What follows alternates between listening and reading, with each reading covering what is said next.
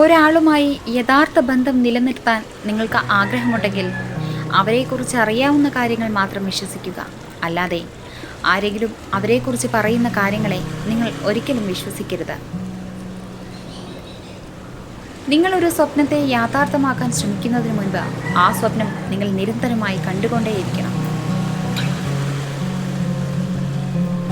ലോകത്തിൽ 2 തരം സ്നേഹമേ ഉള്ളൂ. ഒന്ന് ആത്മാർത്ഥ സ്നേഹവും, 2 അഭിനയിക്കുന്ന സ്നേഹവും. ഒരു ജന്മം അവസാനിക്കുമ്പോഴും ഇവ രണ്ടിലൂടെയും കടന്നുപോയവരായിരിക്കും നമ്മളിൽ ഏറെക്കുറെ പേരും. ഒരു മനുഷ്യൻ ജീവിച്ചിരിക്കുമ്പോൾ കൊടുക്കാത്ത സ്നേഹമോ പരിഗണനയോ ബഹുമാനമോ ആദരവോ അയാളുടെ മരണശേഷം കൊടുക്കുകയാണെങ്കിൽ അതിനെ പ്രഹസനമെന്നേ പറയാൻ പറ്റൂ. എല്ലാവരുടെയും കഴിവുകൾ ഒരേപോലെ ആകണമെന്നില്ല.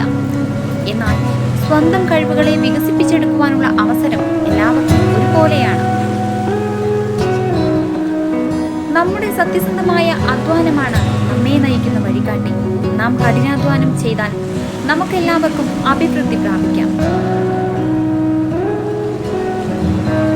ജീവിതം ഇരുട്ടിലാകുമ്പോഴാണ് ആത്മാർത്ഥമായ സ്നേഹത്തെയും പൊള്ളയായ സ്നേഹത്തെയും ശരിക്കും തിരിച്ചറിയാൻ സാധിക്കുന്നത്.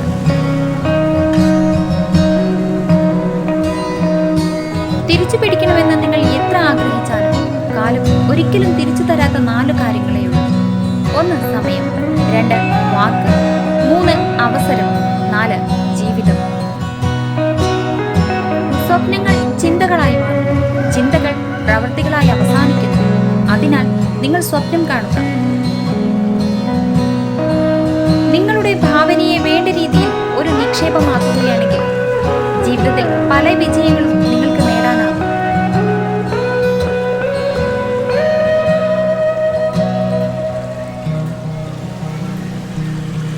എല്ലാം തികഞ്ഞവരായി ആരുമില്ല. പോരായ്മകൾ മനുഷ്യ സഹജമാണ്. പക്ഷേ ആ പോരായ്മകൾ മറ്റുള്ളവർ ചൂണ്ടിക്കാണിക്കുമ്പോൾ അതിനെ വിമർശിക്കുകയല്ല ചെയ്യേണ്ടത്. അത് ഉൾക്കൊള്ളാൻ പറ്റിയില്ലെങ്കിലും അതിനെ വിലയിരുത്താനെങ്കിലും ശ്രമിക്കുക.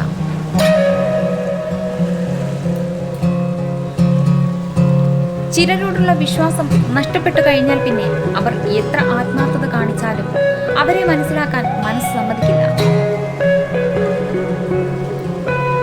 അവഗണിക്കുന്നവരെ കൂടുതൽ ഭംഗിയായി തിരിച്ചും അവഗണിക്കാൻ പഠിച്ചു നോക്കും. എങ്കിൽ ജീവിതം കുറെ കൂടി ഭാരമില്ലാതെ മുന്നോട്ട് പോകും.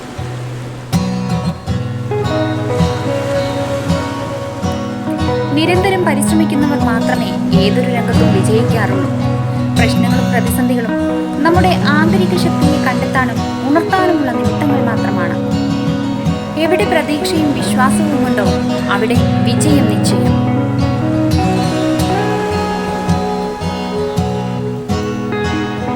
അകന്നുപോയ മനോഹരമായ നിമിഷങ്ങൾ തിരിച്ചു കിട്ടണമെന്ന് ആഗ്രഹിക്കരുത്.